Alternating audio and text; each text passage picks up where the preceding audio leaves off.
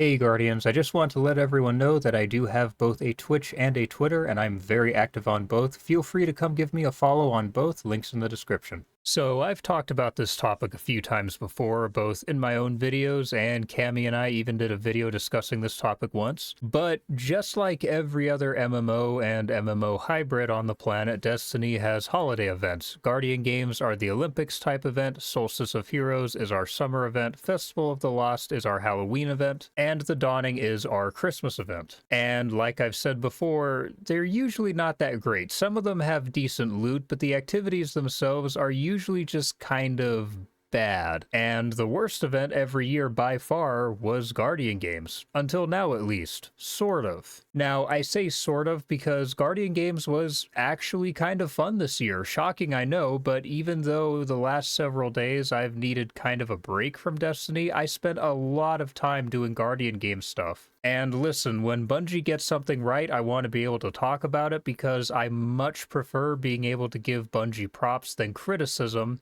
because when I'm able to do that, it means that they're doing something right, which is good for the game and thus good for all of us who play the game, and Guardian Games was fun from both a PvP and even a PvE perspective this year. So let's start with the PvP side briefly, because there isn't quite as much to talk about here. Now, Guardian Games has its own version of the mode Supremacy, and it's been doing this for a couple of years now, and yeah, it's pretty fun, mainly because it's CBMM, connection-based matchmaking, as opposed to SBMM, skill-based matchmaking, so it's a very relaxed playlist, and because with it being linked to an actual event, it's usually pretty populated, and I did have fun playing it this year, but there are a few things that need to change. Obviously, there's the less than great PvP sandbox we're currently in, but I'm sticking to Guardian Games specifically here. So first off, while I get what they're trying to do here with the theme of Guardian Games, the class-based matchmaking it's just gotta go, man. It's not good for a few reasons. Number one, hunters overall have the highest population in the game, which means that if you're trying to queue Supremacy as a hunter, you're going to be sitting in that queue for a while. Even when I was just playing solo, I got mongoosed multiple times, and mongoose is an error you get if you've been sitting in queue long enough that the game just isn't able to find you a match. And usually it means sitting in queue for several minutes. I want to say around 5 to 10 minutes. That's how bad queue times are on Hunter. Then number two, playing against a full team of really any class just isn't fun. There's way too much nonsense in the sandbox for that. Like, fighting Hunters is just fighting a team of players who just have an infinite loop of invis smoke, invis smoke, invis smoke over and over again, with on the prowl making it extra obnoxious, and sometimes they'll put on scatters too, just for good measure. Then with Titans, they either just give themselves and their entire team free overshields for just existing, or they put on knockout and just run at you the entire match. And while overshields are by far more oppressive, losing to someone who gets like a 7-meter melee lunge just from breaking your shields is infuriating. And then Warlocks. Oh my god, you all have got to learn to move around more. I don't know what it is, but I did have quite a few matches go to time, and every single time it was against Warlocks, because they just pull out scout rifles or pulse rifles or 120s or bows in the back of the map, pop their rifts, and just rifts it the entire match. I remember once playing with a friend and we got a team of aggressive Warlocks, and we were actually cheering them on because it was the first team of Warlocks we'd seen who were moving around the map. Please, guys, it's just a game. If you get shot in the game, you're not going to die in real life. Move around. You'll have more fun, and you'll actually win more than if you're just sitting in the back all game. And then lastly, number three, grabbing crests in Supremacy should not give super energy. Halfway through a match, it really just starts to feel like mayhem, which is miserable, and all it takes is one or two good players on a team to get that first super, pop it, and then immediately get their super back because now they're on a streak, so 2 or 3 crests gives them their entire super back, and it's just game over from there. If it wasn't for that, then Supremacy would actually be very fun as a sort of hybrid of an objective mode and a Slayer mode. Outside of those things though, Supremacy was pretty fun. The CBMM felt great with the better connections and whatnot, and with it being linked to an event, the high population for most of the event just meant that it was a pretty good time as a whole. Just those 3 things I mentioned do make it kind of tiring after a while. Now, for PvE, I was actually shocked we got a PvE activity specifically for Guardian games. In the past with Guardian games, it's pretty well just been you put on the event class item and play PvE activities that you already play for medals. But this year we got Rushdown, and shockingly enough, it was fun, like actually a really good time. Now, Rushdown, for anyone who didn't try it, was a boss rush mode. Not anything on the level of Pantheon, but you would go through a gauntlet of bosses from various strikes, seasonal and campaign story missions from Destiny's past, and this was actually very fun. Now, it wasn't particularly hard or challenging, but still, again, just a good time. What's even better is the lineup and order of bosses would change every day, and we even got some nice nostalgia trips with bosses such as the Machinist and the Chimera, both from the Forsaken campaign, which was very cool to see again, and low-key has me hoping that we'll see Forsaken in its entirety in the game again, maybe. Pretty please, Bungie. Now, other bosses were Gaul and Fickrel from Season of the Haunted, the final boss of the Outbreak Perfected mission, the final bosses of the Whisper of the Worm mission, Callus from Lightfall, the Witness from the Final Shape, and honestly, a whole bunch more. I do wish the activity actually went longer because it ends after 5 boss encounters, and I just wish it was longer as a whole. Maybe 10 bosses on normal and 15 on expert, but even so, it was very fun, and it has a ton of potential because the longer the game goes on, the more bosses they can add to it, and for that matter,